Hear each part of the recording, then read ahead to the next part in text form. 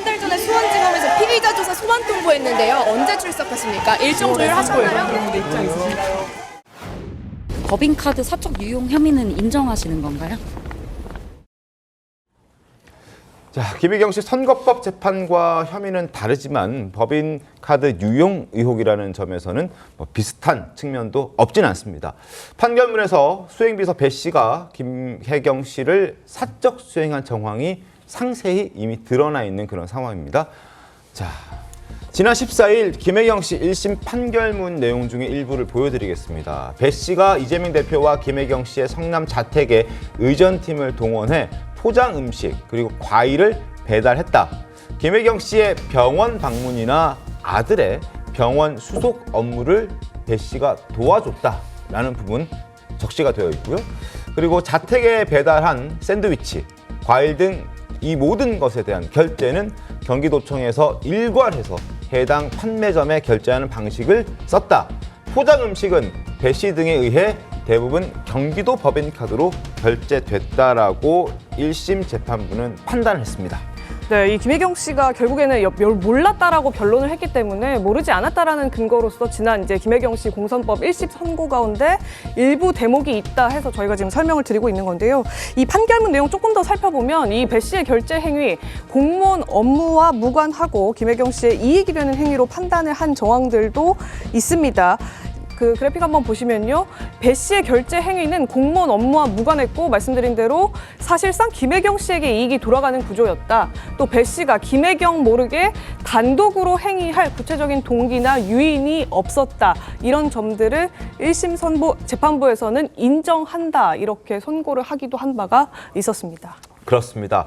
물론 1심이긴 하고 2심, 3심의 판단을 받아봐야 하지만 1심 재판부는 이런 상황들, 그러니까 배 씨가 김혜경 씨를 도와주고 했던 부분들 대신 결제해주고 이런 부분들이 한두 번이 아니라 수년간 지속적으로 진행이 되어 왔었기 때문에 배달해주는 샌드위치나 이런 부분들에 대해서도 김혜경 씨 그리고 특히나 이재명 대표가 모를 수가 없다는 부분을 강조하고 있는 겁니다. 송영은 변호사님. 제가 그래서 앞서도 말씀드렸지만 이렇게 배모 씨가 김혜경 씨와 또 이재명 지사를 이렇게 사적으로 수발 들었던 거는 굉장히 장기간이었고 계속적으로 반복되어 왔던 거예요. 그런 부분의 일부를 지금 배모 씨 본인에 대한 확정 판결 그리고 김혜경 씨에 대한 1심 판결에서 법원이 판시를 한 것이고요. 여기서 우리가 주목해서 봐야 될 것은 자 공무원이 자신을 임용해준 임명권자의 뜻에 반해서 본인의 임무를 벗어난 사적 수발, 사적 수행을 계속할 수 있습니까? 그게 있을 수가 없는 일이거든요. 저 배모 씨의 신분은 임기제 공무원입니다. 그러면은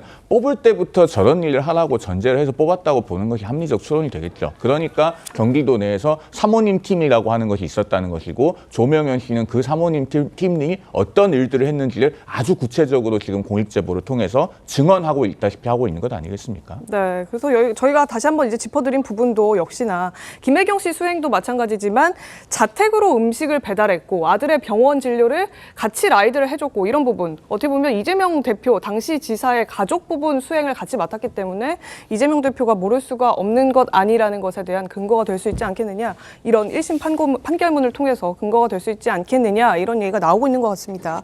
이 공익제보자 조명희 씨 그동안 이재명 대표를 법인카드 유용의 몸통이다 이렇게 지목을 해가면서 네. 정황을 상세히 증언을 해왔는데요. 주말에는 공관에 음식을 올리러 갔다가 음식을 올리고 있는 본인과 이재명 대표가 마주친 적이 있다 이런 증언을 한 적도 있습니다. 들어보시죠. 제가 임기척을 내니까 중간에 나와가지고 저랑 얘기를 나눴습니다. 어느 부서로 배치됐느냐 이런 대화를 나눴습니다. 네, 비서실로 들어갔다고 얘기했습니다. 제가 배 씨가 이재명 지사랑 독대라면서 얘기를 김혜경 씨에 대한 보고를 하는 것도 제가 들었습니다. 보고를 하면 어떤 내용을 보고? 둘이 따로 들어가서 독대해서 보고하는 거라. 근데 전해 들은 바로는 이제 지금 김혜경 씨에 관련된 사항들 올리는 거 세부 사항도 전부 다 보고하는 걸로 알고 있습니다. 자, 지금 이재명 대표를 주말에 음식 갖다 주려다가 만났다는 겁니다. 장동영 의원님. 근데 이재명 대표가 자네 소속이 어디야? 라고 물었는데 비서실입니다. 라고 대답을 했다는 거잖아요. 만약에 이재명 대표가 이런 지금 비서실에서 자신의 집이나 공간으로 이런 음식들을 배달해 주는 상황을 몰랐다면 본인이 굉장히 놀라야 정상적인 반응이었을 텐데 아주 자연스럽게 아 그렇구나 하고 넘어갔다는 거잖아요. 그러면 알았다는 어떤 방증 아닌가요? 당연한 거고 네. 저는 그 말씀을 드리고 싶어요. 생각해보면 공무원은 일하는 장소가 정해져 있고요. 네. 뭐 동선이 다 보이게 되어 있고 뭐 동료든 부하 직원이든 상관이든 다 지켜보고 있습니다. 근데 한 사람이 지속적으로 이게 다 인정되지 않는데 업무 공간을 떠나서 밖으로 다니면서 네. 누구를 수행하고 누구를 뭐 이렇게 지원한다고 하는 것이 가능할까요? 저는 당연히 누군가 그걸 다 인정해 주고 있기 때문에 가능한 것이고 저렇게 만났는데 비서실에 소속돼 있습니다라고 했는데 근데 오늘 같은 날 자네가 여기 왜 왔어? 뭐하러 왔어? 라고 하는 게 정상이지요.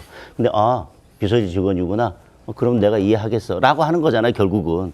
뭐 저는 충분히 저런 뭐 이런 것들이 다 합쳐지면 충분히 뭐 알고 있었다라고 하는 거에 대한 결국은 간접 증거들이 이렇게 쌓여 있다고 생각합니다. 네. 그러니까 우리 장동혁 최고께서 말씀하신 것처럼 증거가 명백하잖아요. 그러니까 강제 수사가 상당히 중요한 겁니다. 이렇게 강제 수사를 하면 이렇게 증거가 나와요. 그러니까 증거가 나오면 이거 기소 당하는 거고 재판 받고 처벌 받는 겁니다. 그러니까 김혜경 씨 보세요. 어쨌든 간에 10만 4천 원 그것을 본인이 몰랐다고 하지만 기소 당했기 때문에 재판 받아서 재판부에서 판결했잖아요.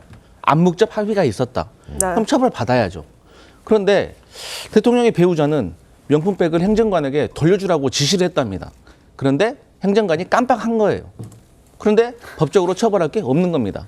그러니까 기소도 안 당하고 재판도 안 받고 처벌도 받지 않습니다.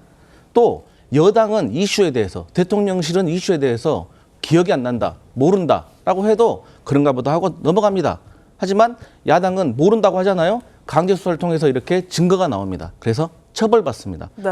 잘못을 했으면 처벌받아야 됩니다. 이재명 대표건 이재명 대표의 배우자건 국민 눈높이 안 맞으면 처벌받아야죠. 그래서 저는 이래서 강제 수사가 상당히 중요하다 이런 말씀 드리겠습니다. 지금 민주당에서요, 그렇게 뭔가 확인되지 않은 사실을 가지고 남의 잘못을 이용한 물타기를 하려고 하면 안 됩니다. 지금 이 경기도 법인카드 유용 의혹 사건은요, 이재명 대표가 좋아하는 민심의 법정에서는 이미 유죄예요. 굉장히 국민들의 공분을 자아내는 내용이 많이 있거든요. 심지어 아까도 제가 말씀드렸듯이 코로나19 생활치료센터에 들어가는 그 과일로 위장해서까지 과일을 배달해서 먹었어요. 자, 그뿐만이 아니고 저렇게 오랜 기간 동안 법인카드를 유용해서 사적으로 쓰려면은 얼마나 많은 허위 서류들이 작성이 되고 얼마나 많은 공무원들이 동원돼서 거짓을 위해 복무해야 됐겠습니까? 그 하위직 공무원들이 얼마나 전전긍긍하고 마음을 졸이고 고생을 했을지를 생각해 보면요, 이건 우리 국민 모두가 다 납득할 수 없는 문제예요. 그러면은요, 지금 민주당은 하루라도 빨리 민주당과 이재명 대표를 분리해야 됩니다. 그래야 민주당이 국민의 마음으로부터 민심으로부터 고립되지 않고 되살아날 길이 있다. 제가 그런 충고를 드립니다. 저희 민주당이 그 분리하지 않아도요, 재판이 엄청나게 많아요. 그래서 재판의 결과가 막 다가오고 있어요. 현실이. 그렇기 때문에 그 재판의 결과에 따라서 분리되고 싶지 않아도 분리될 수 있는 상황이 벌어질 수도 있기 때문에 또 저희 민주당 일은 저희가 또 잘하겠습니다. 그럼 제가 10초만 말씀드리면 네. 해방되고 나서 독립운동하는 건 의미가 없습니다. 적어도 1943년, 44년, 45년 7월까지는 독립운동을 시작하셔야 되는 거예요. 알겠습니다. 아직 하고자 하던 그 법인카드 유용 배임 의혹에 대해서 조금 더 얘기가 남았기 때문에요. 다시 좀 돌아오자면 이 조명현 씨는요, 이재명 대표가 모를 수 없다 이렇게 주장하는 근거로 예산을 또 거론하고 있습니다. 예산을 언급했습니다. 예, 자그마치 1억 600만 원 정도를 유용하려면 그만큼의 예산을 끌어와야 한다 이런 논리인데 네. 조명현 씨 주장부터 들어보겠습니다. 한두 명은 만약에 그런 마음이 생기지도 않겠지만 여러 사람이 이게 그때도 언론에 나왔었지만 이 카드 내역이 여러 부서에서 예산을 끌어당겼었잖아요. 예. 그거를 이재명 지사의 그런 그 영향력 없이 그게 진행이 가능한 조직은 국가에 없습니다. 그 공무원 조직은 특히 그게 되지 않습니다. 씨가 뭐 총무과 있으시면서 그 내역 같은 거 대표한테 자주 보고했다고 하지 않으셨어요? 직접 독대한 것도 제가 들었다고 말씀드렸고요. 저한테 얘기했었으니까요. 예, 이재명 대표가 모를 리 없다. 조명현 씨의 주장 저희가 한번 정리해 봤습니다. 한번 보시죠. 예, 이재명 대표 정말 그 당시에 경기사 할 때 몰랐나 주장하는 근거들이 있습니다. 당시 관사에서 만난 이재명 대표가 무슨 팀이냐고 물었기에 비서실이라고 답했다. 그런데 본인을 수행하는 비서실 소속이 아니라면, 내가 소속이 어딘지 모른다면 당연히 나를 비서실 소속으로 알아봤어야 되는데, 나를 수행한다면 알아봤어야 되는데 못 알아본 것 자체가 존재를 알았다는 것이다. 이런 주장이고요. 2번, 배모 씨가 예산 사용 내용을 이재명 대표에게 직접 보고했다고 나에게 말한 적이 있다. 이런 주장도 하고 있습니다. 다음 화면 보겠습니다. 나를 공무원으로 채용해놓고 아무도 근태 확인을 하지 않았다. 이 부분, 내가 어디에서 어떤 역할을 하고 있는지에 대해서 윗선 공무원 누구도 나의 근태에 대해 묻지 않았다. 이 부분조차 나의 이제 비선 활동을 묵인한 정황이다. 이렇게 주장하고요. 또 긴 기간 비서팀이 운용이 됐는데 이재명 지사가 이를 용인하지 않았다면 예산이 어디 쓰이는지 확인하지 않았다. 용인이 없이는 운용이 불가능하다. 이런 주장. 마지막으로 아직까지 나를 무고죄나 명예훼손 등으로 당해서 고발을 하지 않고 있다. 이 조치가 없다는 건 역시 별다른 해명을 할 수 없기 때문인 것이다. 이런 5가지 주장들을 조명현 씨는 내놓고 있다는 점 알려드립니다. 그리고 지난해 국감에서 경기도지사 김동연 지사도 이재명 대표 부부의 법인카드 유용과 관련해서 최대 100건까지 유용이 의심된다라고 말했던 적이 있습니다. 목소리 들어보시죠. 감사는 2022년 초, 그러니까 제가 취임하기 전에 7기 때 이미 제가 오기 전에 감사를 다 했습니다. 제가 취임하기 전에. 감사 결과를 지금 보니까 저희 감사 결과는 최소 61건에서 최대 100건까지 사적 사용이 의심이 된다. 그래서 그 업무상 횡령 배임으로 경찰청에 법카는 의원님 아까 말씀드린 것처럼 이미 감사에서 저희가 수사 의뢰를 했고 또 권익위권도 지금 이제 지검에 배당이 됐기 때문에 이제 수사 차원으로 넘어간 것으로 저희는 생각을 하고 있거든요.